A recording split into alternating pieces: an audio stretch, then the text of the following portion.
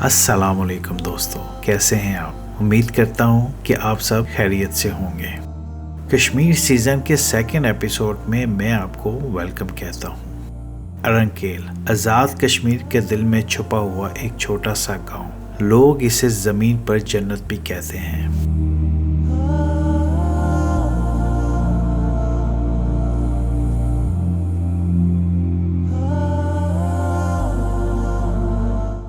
जी आपको सुबह सुबह का नज़ारा दिखाते हैं। सुभान अल्लाह।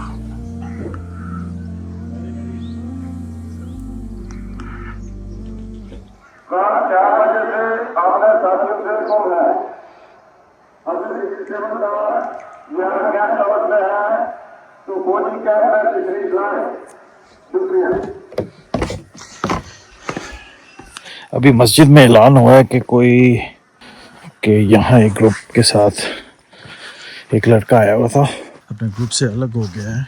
और मस्जिद में ऐलान हुआ है कि यहाँ पे जो है ना किसी के गेस्ट हाउस में या किसी के साथ है तो रब्ता करे, उसके घर वाले परेशान हैं। ऐसे मामला भी होते हैं। अगर दूर दराज इलाके में आप आते हैं, अपना ख्याल रखें। इधर उधर किसी के पास या लोकल के पास, वैसे तो सारे बेहतर ही हैं, यहाँ पे कोई ऐसा मसला नहीं है, लोकल अच्छे हैं, लेकिन कोशिश करें होटल में रहें और होटल भी ऐसा हो जो सेफ हो और गैदरिंग में रहें, अकेले ना रहें। अभी मैं नाश्ता करने जा रहा हूँ। ये आप देख सकते हैं, ये ट्रैक बना हुआ है। मैं उसी जगह पे जा रहा हूँ जहाँ पे खाना खाया था। रात का व्यू कुछ और था, अब डे का आपको दिखाता हूँ। इधर इन्होंने जो है ना अपनी फसलें लगाई हैं, रोज़गार भी सिलसिला साथ साथ इनका चल रहा है। ये सामने मस्जिद है जहाँ पे ऐलान हुआ है। अभी नाश्ता करने के बाद आगे चलेंगे मेडोज़ की तरफ। बहुत ही कमाल और खूबसूरत जगह आपको मैं दिखाता हूँ। अभी मैं निकल पड़ा हूँ मेडोज़ के लिए। मेडोज़ का ट्रैक है तकरीबन 10 मिनट का। ये मस्जिद आप देख रहे हैं, अरंकेल के इलाके में ये मस्जिद भी है। लोगों ने साथ साथ अपने घर भी बनाए हुए हैं और अपने बच्चों को पढ़ाते हैं। वो देख रहे हैं सामने, ये स्कूल है। बच्चे इस टाइम ऊपर पढ़ रहे हैं, कुरान पाक की तालीम दे रहे हैं। ये देखें, यहाँ पे एरो भी दिया हुआ है, निशान है। सीधा ट्रैक उधर जा रहा है। किधर से है यहाँ पर? मैं लाहौर से। ये देखें, गेस्ट हाउस बने हुए हैं काफ़ी, यानी कि लोगों के लिए रेस्टोरेंट और गेस्ट हाउस बने हुए हैं यहाँ पे।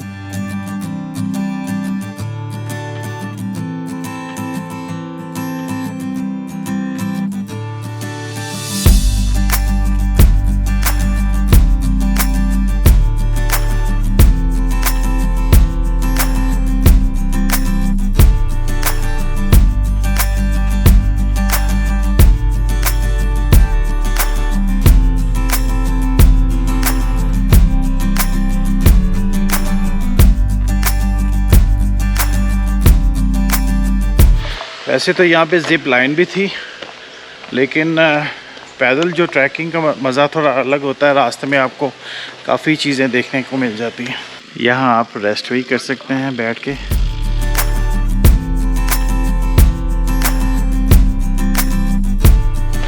ये एक और ब्रिज आ गया। ये स्टिक है, ये आपको बड़ा साथ देती है ट्रैकिंग में।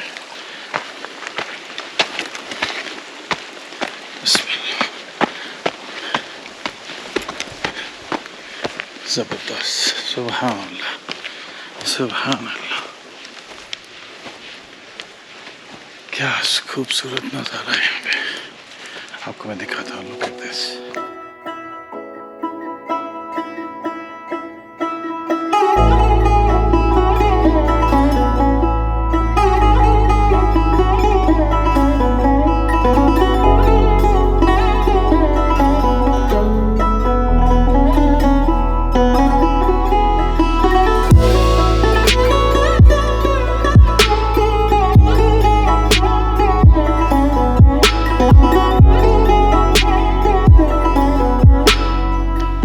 देख सकते हैं कि रब ने हमारे लिए क्या क्या खूबसूरत चीज़ें बनाई हुई हैं।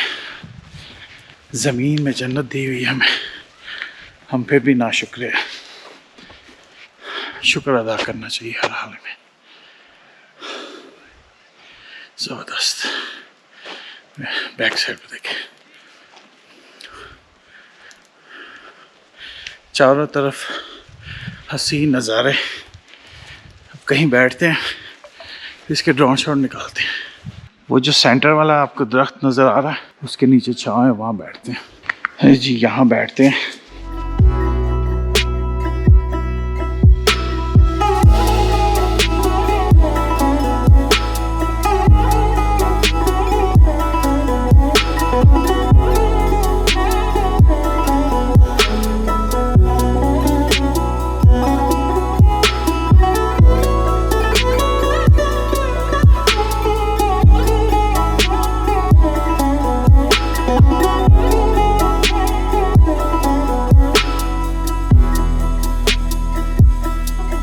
कितने की सवारी है? 300 500 300 500? जी 500 की क्या मतलब? ज़्यादा लंबा राउंड है। ये कहाँ से कहाँ तक? ये ग्राउंड, ये तीनों कौन है माशाल्लाह? ये 3 भांजे हैं, एक बहन है। ये देखें जी, कितने प्यारे बच्चे हैं माशाल्लाह माशाल्लाह। क्या नाम है तुम्हारा? नाम बताओ। आयशा। ये है बेबी ईमान फातिमा और ये है बेबी आयशा। माशाल्लाह माशाल्लाह। ये देखिए, यहाँ पे इन्होंने लकड़ियाँ इकट्ठी की हुई हैं। ये सुबह उठते हैं, काम करते हैं छोटा मोटा, ये लकड़ियाँ काटते हैं, सारे कोई ना कोई कामों में लग जाते हैं। और ये लकड़ियाँ जो है ये जलाने के काम आती हैं, क्योंकि यहाँ पे गैस का सिस्टम नहीं है। अभी जो है ना, मैं वापस जा रहा हूँ। बहुत ही बड़ा मैदान है और यहाँ आके दिल खुश हो जाता है, यकीन करें। जब मैंने देखा है तो मैं समझ रहा था कि मैं किसी जन्नत में आ गया हूँ। इतनी खूबसूरत जगह मैंने कभी नहीं देखी। सुभान अल्लाह। अगर आप चाह रहे हैं कि रश ना हो, सितंबर के स्टार्ट पे आएँ, आपको मज़ा आ जाएगा। बहुत कम रश होता है लेकिन सब्ज़ा भी होता है। यहाँ से भी मैं आपको दिखाता हूँ एक व्यू।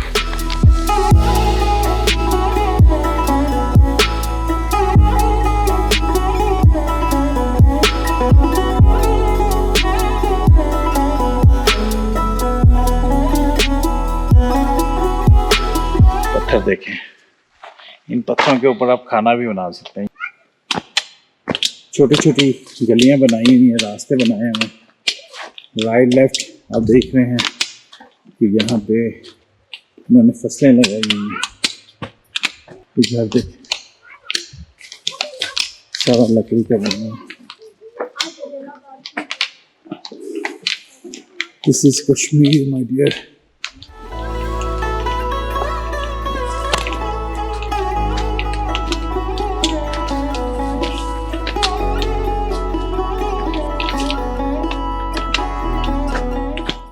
ऐसी जगह पे आने का मजा आता है।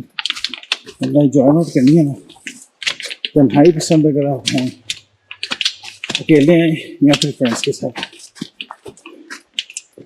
अकेले भी आप कहते हैं कि आप यार अकेले जाके बोर हो जाएंगे, लेकिन नहीं, मैं अकेला आया हूँ, बिल्कुल भी बोर नहीं हो रहा, बल्कि एंजॉय कर रहा हूँ।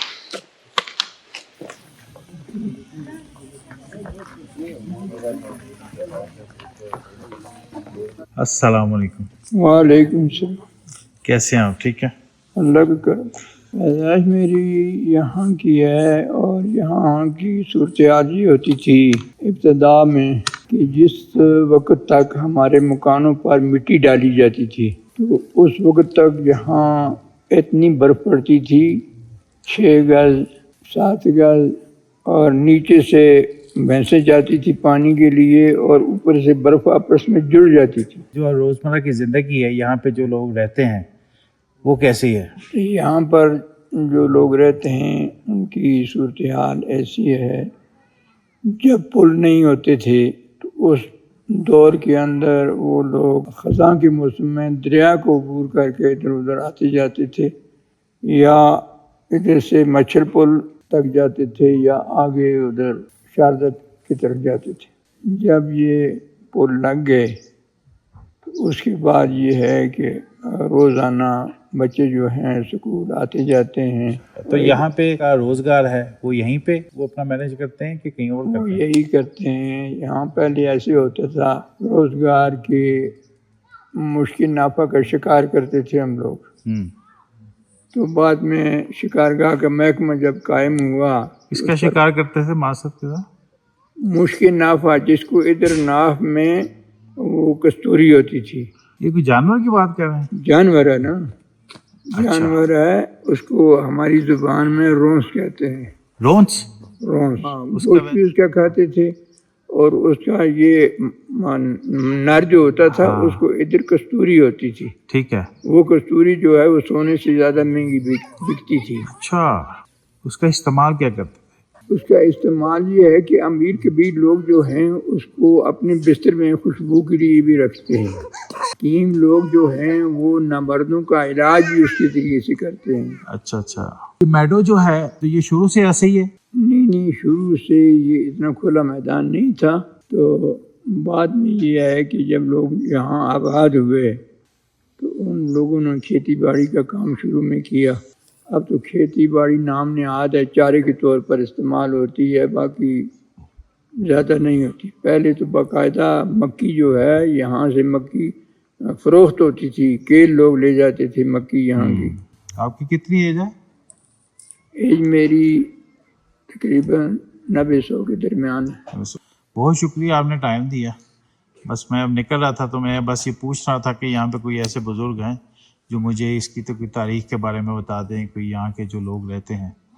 तो मैं इसी तरह जहाँ जाता हूँ वहाँ किसी बुज़ुर्ग से जो है ना उस जगह के बारे में पूछता हूँ। बस अल्हम्दुलिल्लाह, मैं आपसे ये गुजारिश करूँ कि ये ऊपर हमारी जो गैप पोस्ट है, जी जी, ये सामने जी जी बिल्कुल, सबसे नीचे वाली, ठीक है। तो इस पोस्ट पर जब UN वाले आए तो वो ये बॉर्डर जो है इसको लगाना चाहते थे कि इस तरफ लगाएं 50-100 गज इधर। अच्छा। इस वक्त भी नेट पर अगर देखा जाए तो बॉर्डर जो है वो हमारी इस पहाड़ी से इधर दामन में जाती है। अच्छा ठीक है। लेकिन हम लोगों ने कहा कि नहीं, हम ये बात आपकी तस्लीम नहीं करते, हम तो बकिया कश्मीर को आज़ाद देखना चाहते हैं, और ये जो हमारे कब्जे में है ये आपको दे दूँ, ये नहीं हो सकता। ये आप लोग खड़े हो गए थे उस टाइम? जी, अच्छा। हम लोग खड़े हो गए। फिर हम लोगों ने अपनी राइफलें लेकर देसी, और वहाँ हमने एक पोस्ट कायम कर ली। ठीक है। तो बाद में फिर गवर्नमेंट ने रज़ाकार भेजी और इस तरह फिर वो निज़ाम चला। इसके अलावा फिर हमारी आगे वो जो ऊंची टेकरी है, लुंडा उसको कहते हैं, उसके उस साइड पर हमारी बैक है, लुंडा नाम है उसका। अच्छा अच्छा, सही। उस बैक के अंदर हमारा पानी और इंडिया की पोस्टें जो थीं, इंडिया का लुंडा 1-2, वो पानी एक था। तो हमने रिक्वेस्ट की यहाँ ब्रिगेडियर साहब से कि आप ऐसे करेंगे, ये हमें बर्दाश्त नहीं है कि हमारा और हिंदुओं का पानी एक हो, इन पोस्टों पर कब्जा कर लें। तो वो कहने लगे कि आप क्या ताउन करेंगे? हमने कहा हम हर किस्म का ताउन करेंगे, मोर्चे बनाएंगे, सब कुछ करेंगे। तो फिर ऐसे हुआ कि जब वो हिंदू क्लोज हो गए, सर्दियों में वो क्लोज कर लेते थे अपनी पोस्टें, उन्होंने क्लोज जब कर ली तो फिर हमारी फ़ौज जो है वहाँ गई और हम भी उसके साथ गए। तो वहाँ मोर्चे भी बनाए और वहाँ अपनी पोस्टें कायम की। तो उन्होंने फिर फायरिंग की मॉडल की, तो उससे एक आदमी शहीद हुआ हमारी फ़ौज का, एक ज़ख्मी हुआ, और पोस्टें जो है हमारे कब्ज़े में आ गई। उनका नाम रखा अजीज़ और आलम। अजीज़ जिस हवलदार का नाम था, जिस पोस्ट पर वो कमांडर था, उसका नाम अजीज़ पोस्ट रखा, और दूसरी का आलम नाम था, नायब सूबेदार का, उसका आलम पोस्ट नाम है।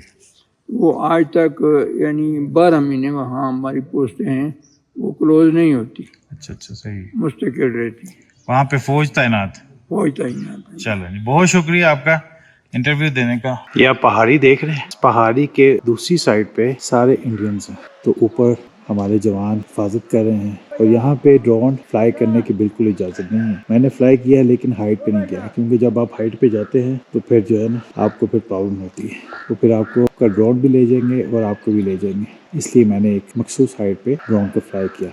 आप देख सकते हैं कि मैंने सारा सामान अपना पैक कर दिया है और अब मैं जा रहा हूँ नीचे जहाँ पे मेरी बाइक खड़ी थी और वहाँ से मैं बाइक लेके आगे जाऊँगा तौबट। अरनकेल का एपिसोड यहीं पे फिनिश करता हूँ। इंशाल्लाह नेक्स्ट व्लॉग में फिर मुलाकात होगी। अल्लाह हाफिज़।